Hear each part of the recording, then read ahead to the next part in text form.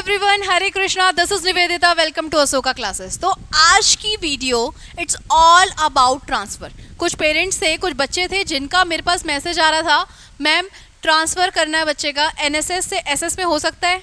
या कुछ बच्चे थे जो चाह रहे थे कि अगर हम न्यू सैनिक स्कूल में तो एसएस में हो जाएगा, या सैनिक स्कूल से सैनिक स्कूल में हो जाएगा। तो ये सारी डिटेलिंग मैं आपको आज दूंगी कि कौन कौन से ऐसे क्राइटेरिया जहाँ पे आप सैनिक स्कूल से दूसरे सैनिक स्कूल में ट्रांसफ़र कर सकते बच्चे का, और कुछ ऐसे स्कूल जो एनएसएस से एसएस में कर सकते हैं कि नहीं, है ना। सारे एलिजिबिलिटी क्राइटेरिया मैं आपको बताऊंगी, ठीक है।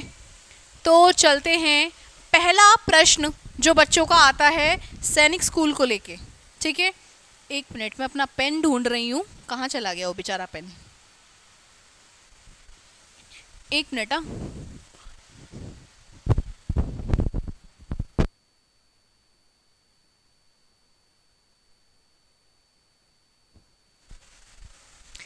चलिए, तो क्या सैनिक स्कूल से ट्रांसफ़र हो सकता है? तो इसका आंसर है यस।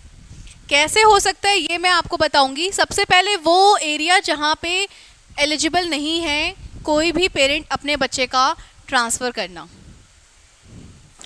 बोर्ड रजिस्ट्रेशन क्लास 9, अगर किसी पेरेंट का बच्चा है ना, कोई भी पेरेंट्स है, उनका बेटा अगर 9th क्लास तक पहुंच गया है, 9th क्लास के बाद आपका ट्रांसफ़र रुक जाएगा, बिकॉज 9th क्लास में आपका बोर्ड का रजिस्ट्रेशन हो जाएगा क्लास 10th के लिए, इसलिए यहाँ पे क्लास 9th में ट्रांसफ़र नहीं होता है। बट एक और सिनेरियो है, वो क्या है? अगर बच्चा क्लास 6 से 9th पढ़ गया है ना, और अब वो 9th में, तब तो बिल्कुल नहीं होगा, लेकिन अगर वो 6 पढ़ा और उसे 7th में चाहिए है ना, तो वो तब कर सकता है। 8th में चाहिए तो कर सकता है, लेकिन 9th में आते ही आपके बच्चे का ट्रांसफ़र रुक जाएगा। तो किसी भी प्रकार से कोई एप्लीकेशन फॉर्म आपको स्कूल के प्रिंसिपल से नहीं मिलेगी। दूसरा रीज़न, क्या एनएसएस से, न्यू सैनिक स्कूल से सैनिक स्कूल में ट्रांसफ़र हो सकता है? तो आपको जो लगता है कि होना चाहिए, पर एज पर रूल कोई भी ट्रांसफ़र नहीं होता है, ठीक है। क्या सैनिक स्कूल से एनएसएस में हो सकता है? वैसे तो पॉसिबिलिटी पेरेंट्स की रहती है कि वो ऐसा करेंगे ही नहीं। सैनिक स्कूल से न्यू सैनिक स्कूल में कोई कौन पेरेंट डालना चाहता है? बट अगर इन केस आपका एक बच्चा एनएसएस में है और एक बच्चा एसएस में है, और आप चाह रहे हैं कि मैं दोनों बच्चों को एक ही स्कूल में डाल दूं, तब भी यहाँ पॉसिबिलिटी 0 है, ठीक है। तो क्या एसएस से एसएस हो सकता है? क्या लगता है? बिल्कुल हो सकता है। ये तो एकदम राइट क्राइटेरिया बनाया हुआ है भाई, ये हो सकता है। पर इसके क्या क्या रूल हैं, ये बढ़ते हैं नेक्स्ट वीडियो में, ठीक है। पहला, एलिजिबिलिटी जो यहाँ पे लिखा हुआ है वो किस किस केस में होगी? पहला रीज़न है स्ट्रॉन्ग रीज़न। पहला जो क्राइटेरिया है दैट इज स्ट्रॉन्ग रीज़न, ठीक है। आपके पास एक स्ट्रॉन्ग रीज़न होना चाहिए, आप क्यों अपने बच्चे को ट्रांसफ़र दिलाना चाहते हैं एक सैनिक स्कूल से अदर सैनिक स्कूल में, चाहे वो होम स्टेट में हो चाहे अदर में हो, है ना। अदर स्टेट के लिए डालना चाहते हो, एक पुख्ता सबूत जो होता है ना, वो चाहिए होता है।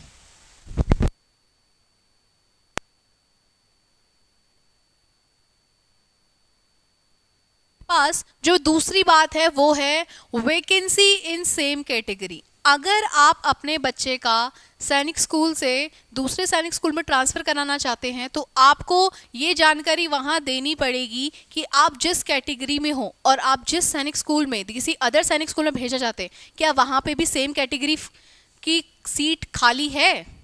अगर सीट खाली नहीं हुई तो पॉसिबिलिटी बिल्कुल कट हो जाएगी, ठीक है। अगर आप जनरल कैटेगरी हैं और आप चाहती हैं दूसरे स्कूल में, आप एक स्कूल ए है जहां आपका बच्चा पढ़ता है और वहां जनरल कैटेगरी है, और आप चाहते हैं आप उसको बी स्कूल में डालें और वहां भी कैटेगरी बी ही हो, है ना, जो बी है वहां पे भी जनरल हो, तब आप ट्रांसफ़र कर सकती हैं, अदरवाइज नहीं, ठीक है। पर कैटेगरी सेम होनी चाहिए। आप जब भी ट्रांसफ़र करोगे बच्चे की कैटेगरी में ही ट्रांसफ़र होगा। अलग कैटेगरी में डिफेंस का जनरल की सीट नहीं खाएगा, जनरल की सीट डिफेंस वाला नहीं खाएगा, एसटी की सीट जनरल वाला नहीं खाएगा, ना जनरल वाला एसटी की सीट खाएगा, ठीक है। अपनी ही कैटेगरी में आप ट्रांसफ़र कर सकते हो, इस बात को ध्यान रखना। तीसरी बात जो आती है 25% स्टेट लिमिट, है ना। ये जो 25% स्टेट लिमिट है, इसका क्या मतलब है मैम? देखो 25% स्टेट लिमिट का क्या मतलब है कि आपके पास मान लीजिए एक स्ट्रीट है घोड़ा खाल जहाँ से 20 बच्चे आने हैं, ठीक है, ये 25% अदर स्टेट के लिए। अब घोड़ा खाल में जो बच्चे हैं वहाँ से 20 बच्चे लेने हैं और हर स्टेट ने अपनी 25% स्टेट लिमिट लगा रखी है। अगर कोई भी होम स्टेट का बच्चा अदर स्टेट में जाता है तो उसे 25% लिमिट चाहिए। अगर मान लीजिए सीट्स जितनी भी है ना, सीट्स अगर 100 हैं तो उसमें 25 सीट्स अगर 100 हैं, ठीक है, अदर स्टेट के लिए, क्योंकि जहाँ पॉपुलेशन ज़्यादा वहाँ पे सीट्स भी बढ़ा दी जाती है ना कि अदर स्टेट की सीट इतनी होगी। कहीं पे मान लो घोड़ा खाल में 20 बच्चों का एंट्री होगा अदर स्टेट में, है ना, होम स्टेट से अदर स्टेट में 20 बच्चों का एंट्री होगा। उन 20 बच्चों में 25% स्टेट लिस्ट लगा दी जाती है ना, 25% लगा दिया जाता है। अब उस 20 का 25% मतलब है 1/4, ठीक है, 1/4। तो अब क्या होगा, सिर्फ कितने बच्चे होंगे, 5 बच्चे ही घोड़ा खाल से लिए जा सकते हैं अदर स्टेट में, होम स्टेट से, है ना। अब मान लिया जाए 5 बच्चों की सीट ऑलरेडी पहले ही फिल हो गई है ना, जब एडमिशन हो रहा था तभी फिल हो गई, तब तो आप अपने बच्चे को यहाँ नहीं भेज सकते अदर स्टेट में। लेकिन अगर एक सीट भी खाली होगी एडमिशन के दौरान और आपकी कैटेगरी यहाँ पे सेम कैटेगरी से है, तो आप सीधा क्या कर देंगे, बच्चे का ट्रांसफ़र करा सकती हैं। बस कैटेगरी सेम होनी चाहिए, क्योंकि यहाँ पे कैटेगराइज कर देना, 5 सीटें हर एक कैटेगरी की रख दी जाती है। 10 सीटें हैं तो उसी हिसाब से 2-2 करके कैटेगरी रख दी जाती है। डिपेंड करता है किसकी ज़्यादा वहाँ नीड है ना, वो उन पर डिपेंड करता है। जो वहाँ पे बैठे हुए लोग हैं उन्होंने अपना पूरा क्राइटेरिया सेट कर रखा है, वो सब चीज़ें। ओके, अब बात आती है आगे, चलते हैं थोड़ा सा, ठीक है। उम्मीद है समझ गए होंगे। ये 25% स्टेट लिमिट जो है ये अदर स्टेट के लिए लगाई गई है। मतलब कोई होम स्टेट से अदर स्टेट में भेजना चाह रहा होगा तो क्राइटेरिया सेट करेगा, अपनी कैटेगरी देखेगा, उसके बाद देखेगा वहाँ से कितने बच्चे गए थे। खैर वो काम ऑलरेडी हो चुका है, बस आपको अपनी एप्लीकेशन वहाँ डालनी है, वहाँ से आपको पता लग जाएगा आपकी इतनी सीटें थी, सारी सीटें भर चुकी हैं। अगर कोई सीट वेकेंट है तो वहाँ पर आपको बता दिया जाएगा, देन आप ट्रांसफ़र कर सकते हैं। चौथा, कट ऑफ कैटेगरी। क्या मतलब है, मान लीजिए आपके बच्चे को, मैं घोड़ा खाल के, क्योंकि मैं हूँ उत्तराखंड में देहरादून के अंदर, है ना, और इन 13 राज्यों में जो घोड़ा खाल आपके पौड़ी में है ना, तो इसीलिए मैं बार बार उत्तराखंड के एग्जांपल में ये घोड़ा खाल करती रहती हूँ, ठीक है। देहरादून सिटी में रहते हुए मैं घोड़ा खाल करती रहती हूँ, यूँ करती हूँ, आपको वजह पता चल गई होगी, ठीक है। चलिए, तो कट ऑफ जो मैं कह रही हूँ, अगर मान लीजिए आपको अपने बच्चे का ट्रांसफ़र घोड़ा खाल में कराना है, ठीक है, आपका बच्चा होम स्टेट में हो, अदर स्टेट में 25% लिमिट लग जाएगी, लेकिन आप होम स्टेट में हो, ठीक है, और आप चाहते हो आपका बच्चा घोड़ा खाल में जाए। अब मान लिया जाए ये तो साथ में लगेगा, लेकिन कट ऑफ वाले केस में क्या लगेगा, एक स्कूल में दो वो भी तो होते हैं सैनिक स्कूल, है ना, एक ही जगह पे, जैसे यूपी हो गया या कहीं और हो गया, वहाँ पे 2 सैनिक स्कूल्स हैं, 2-3 होंगे। तो वहाँ से मान लिया जाए आपके घर के आसपास में जो ज़्यादा दूरी पे ना हो वो वाला आपको सैनिक स्कूल मिल गया, और आप अपने बच्चे का एक ही स्टेट में दूसरी जगह पे सैनिक स्कूल में ट्रांसफ़र कराना चाहते हैं। तो ये कट ऑफ कैसे काम करता है, मान लीजिए आप किसी कैटेगरी के, मैं जनरल कैटेगरी ले लेती हूँ, तो जनरल, अब आप जिस स्कूल में भेजना चाहते हैं, जिस दूसरे स्कूल में भेजना चाहते हैं, वहाँ भी सीट हो जनरल, लेकिन एडमिशन के दौरान आप वहाँ पे जितने बच्चे गए थे जनरल कैटेगरी में, उसमें जो आखिरी बच्चा होगा, क्या बोल रही हूँ मैं, जनरल कैटेगरी में वहाँ जितनी सीट्स फिल की गई होगी जिसके लिए आपको ट्रांसफ़र चाहिए, वहाँ पे जो आखिरी बच्चा होगा, उस आखिरी बच्चे की जो कट ऑफ होती है ना, उस आखिरी बच्चे की जो कट ऑफ होती है उससे आपके मार्क्स थोड़ा ज़्यादा होने चाहिए। मान लो उसके मार्क्स है 245, लास्ट कट ऑफ जो उस स्कूल की गई थी जनरल में वो 245 गई, और आपके मार्क्स 248 आ रहे हैं। भले आपका उस स्कूल में ना हुआ हो क्योंकि आपने उसे प्रेफरेंस नहीं दी, लेकिन बाद में आपको दिख रहा है कि लास्ट जो बच्चे का कट ऑफ गया आपके मार्क्स उससे 2 कदम ज़्यादा हो, है ना, उसके 245 और 248 है, तो आपका एडमिशन हो जाएगा। बस कैटेगरी सेम होनी चाहिए, है ना, कैटेगरी में कोई यहाँ पे छूट नहीं मिलेगी, कैटेगरी सेम हो, जनरल हो तो आपने जनरल के लिए भरा हो, वहाँ पे सीट हो, तो आप कट ऑफ भी यहाँ पे इस वाले मेथड से भी आप चले जाओगे, ठीक है। अब जो मैंने ये 2, 3, 4 आपको रीज़न बताए ना, ये तीनों ही रीज़न तब काम करेंगे अगर आपके पास एक स्ट्रॉन्ग रीज़न होगा। वो स्ट्रॉन्ग रीज़न क्या हो सकता है, स्ट्रॉन्ग रीज़न आपके पास 3 तरीके से हो सकते हैं। पहला रीज़न हो सकता है कि आप अपने बच्चे का होम स्टेट ट्रांसफ़र करा रही हो अदर स्टेट से, है ना। स्ट्रॉन्ग रीज़न तीनों केसेस में चाहिए, और वो स्ट्रॉन्ग रीज़न क्या 3 केसेस बन सकते हैं, या तो आप तब अपना बच्चे का ट्रांसफ़र कर सकती है अगर होम स्टेट से में कराना हो, होम स्टेट में कराना हो, कहाँ से, अदर स्टेट से।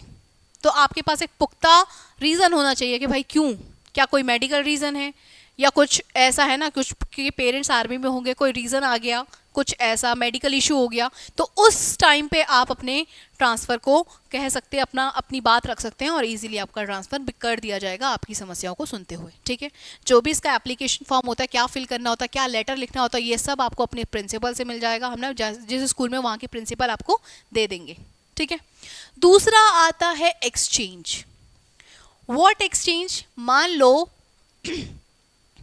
आप चाहते हो आपका बच्चा ए सैनिक स्कूल में है और किसी अदर पेरेंट का बच्चा बी सैनिक स्कूल में, और आप चाहते हैं कैटेगरी दोनों की सेम है ना, कैटेगरी में कोई कॉम्प्रोमाइज़ नहीं होगा, कैटेगरी सेम है, और आप चाहते हैं कि मेरा बेटा यहाँ आ जाए, मेरा ए वाला बेटा बी में चला जाए, और जो बी वाली सैनिक स्कूल है वो चाहता है ए में चल जाए, क्योंकि दोनों के घर आसपास हैं अपने इसको लेके। ठीक है, तो अगर पेरेंट्स मान जाते हैं तो आप अपने बच्चे का ट्रांसफ़र करा सकते हैं ऐसे करके। ये बहुत कम, रेयर चांस होता है कि कुछ पेरेंट्स ऐसा करवा दे कि मेरे बच्चा इस वाले सैनिक स्कूल में, जैसे मैं बोलूं कि घोड़ा खाल में, और एक के पेरेंट कुंजपुरा में, मान लो किसी तरीके से कहीं मिल गए ट्रेन में चलते हुए, कहीं किसी उसमें, और तब वो चाहते हैं कि उनका बच्चा क्या हो जाए, उनका बच्चा बी वाले में चला जाए और बी वाले का ए में चला जाए, तब ये पॉसिबिलिटी है। ठीक है, तो लेकिन कैटेगरी सेम होनी चाहिए, तभी आप एक दूसरे की स्कूल्स को इंटरचेंज कर सकते हैं, कैटेगरी सेम होनी चाहिए। ठीक है, ऐसा ना हो इनका डिफेंस का और इनका जनरल का और तब कह रहे हो, नहीं, बिल्कुल नहीं माना जाएगा। तीसरा रीज़न है ये, ट्रांसफ़र इन सेम सैनिक स्कूल दो स्टूडेंट ऑफ वन पेरेंट्स। ठीक है, ये होम स्टेट की बात कर रहे हैं। अगर होम स्टेट में आपका बच्चा, ठीक है, मैं क्या कह रही हूँ, होम स्टेट में आपका बच्चा, दोनों ही है ना, एक स्टेट में बहुत सारे सैनिक स्कूल भी होते हैं, अगर उसमें से आपका 3 बच्चे हैं और 2 एक स्कूल में हैं और एक डिफरेंट स्कूल में हैं, तो क्या होगा, जो आपके 2 बच्चे एक स्कूल में पढ़ रहे हैं और एक डिफरेंट, और आप चाहते हैं आपका तीसरा बच्चा भी उसी होम स्टेट में आ जाए, ये मैं किसकी बात कर रही हूँ, स्पेशली होम स्टेट वालों के लिए है ना, कि आपका तीसरा बच्चा भी उसी होम स्टेट में आ जाए, तब भी आपको यहाँ एक रीज़न देना पड़ेगा कि आप ऐसा क्यों चाहती, क्या कोई मेडिकल इशू है जिस वजह से आप ऐसा चाहती हैं, क्योंकि सारे ही स्कूल रेजिडेंशियल है ना, ऐसा तो है नहीं कि आपका बच्चा सुबह जाएगा दिन में घर आ जाएगा, तो यहाँ पे आपको वो रीज़न देना पड़ता है, और ये बहुत स्मूथली हो भी जाता है कि अगर आपके 2 बच्चे एक ही स्कूल में और एक बच्चा डिफरेंट स्कूल में, तो इजीली ट्रांसफ़र हो जाता है, बहुत स्मूथली हो जाता है, बाकायदा आपको ये रीज़न देना पड़ेगा। ठीक है, तो इन सब को ध्यान में रखते हुए एक 5वां रीज़न आता है जिसकी वजह से पेरेंट्स थोड़ा कतरा जाते हैं कि हमें भेजना चाहिए कि नहीं। देखो, सारी समस्याओं का समाधान इस दुनिया में है, ठीक है, सारे स्कूल्स में भी है, ऐसा नहीं है कि अगर आपको कोई मजबूरी पड़ रही है और आपको ट्रांसफ़र कराना है तो स्कूल वाले मना कर देंगे, लेकिन ये जो हाँ ना वाला सिनेरियो होता है ना, ज़्यादातर जो क्राइटेरिया बनाए गए हैं ट्रांसफ़र का, वैसे तो बहुत कम पेरेंट्स कराते हैं क्योंकि रेजिडेंशियल है तो इसलिए ज़रूरत पड़ती नहीं है, बट इन केस होए, अगर इन केस जाना पड़े या ट्रांसफ़र कराना पड़े, तो ये सिर्फ सैनिक स्कूल के अंदर है, न्यू सैनिक स्कूल के अंदर ऐसी कोई भी, मैं सच बता दूं, कहीं भी ऐसा कोई क्राइटेरिया फुलफ़िल नहीं किया गया है, ना ही ऐसा कोई बनाया गया है अब तक एसएसएस ने, सैनिक स्कूल सोसाइटी ने, कि न्यू सैनिक स्कूल भी ट्रांसफ़र दे सकते, कहीं नहीं है। अगर कोई स्कूल आपको बोल भी रहा है ना, तब भी आपको नहीं करना है, ठीक है, तब भी भरोसा नहीं करना है, क्योंकि कहीं भी इस क्राइटेरिया को फुलफ़िल नहीं किया गया है। अब बात आती है मेरा 5वां पॉइंट जो मैं बता रही थी, स्कॉलरशिप अमाउंट।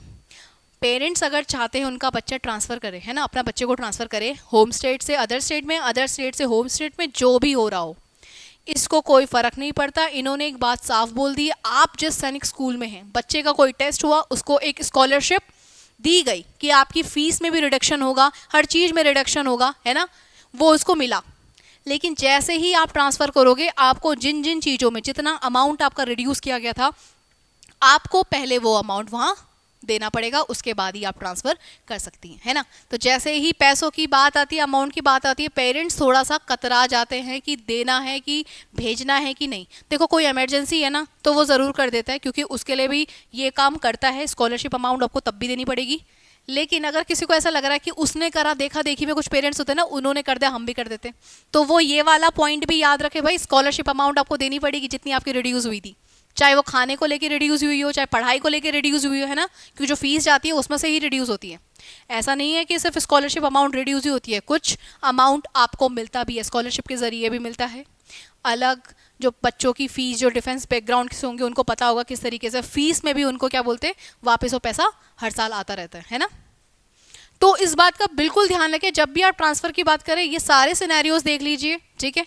होता ज़रूर है, बट कोई इमरजेंसी हो तभी अपने बच्चे का ट्रांसफ़र कराएं, क्योंकि सारे स्कूल रेजिडेंशियल है, छुट्टी जब होंगी तो हर जगह सेम ही टाइम पे मिल पड़ती हैं, ऊपर नीचे हो जाता होगा 2-4, बाकी ऐसा कुछ नहीं है, कोई भेदभाव नहीं है, ठीक है। सब जगह बहुत अच्छे से पढ़ाया भी जाता है, उनको मेंटली डेवलप भी किया जाता है, ठीक है, उनके स्किल्स पे वर्क भी किया जाता है, ठीक है।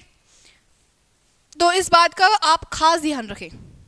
अब एक बात आती है, क्या एक बात आती है कि मैम एक चीज़ बताइए, मेरे को एक मैसेज भी आया था कि कल मैंने एक चॉइसेस की एक वीडियो बनाई थी जिसमें आपको स्कूल्स को चॉइस करके मैंने कहा था कॉपी में लिख लो, जब प्रेफरेंस के लिए आएगा आप डाल देना फटाफट से, ज़्यादा टाइम वेस्ट नहीं होगा।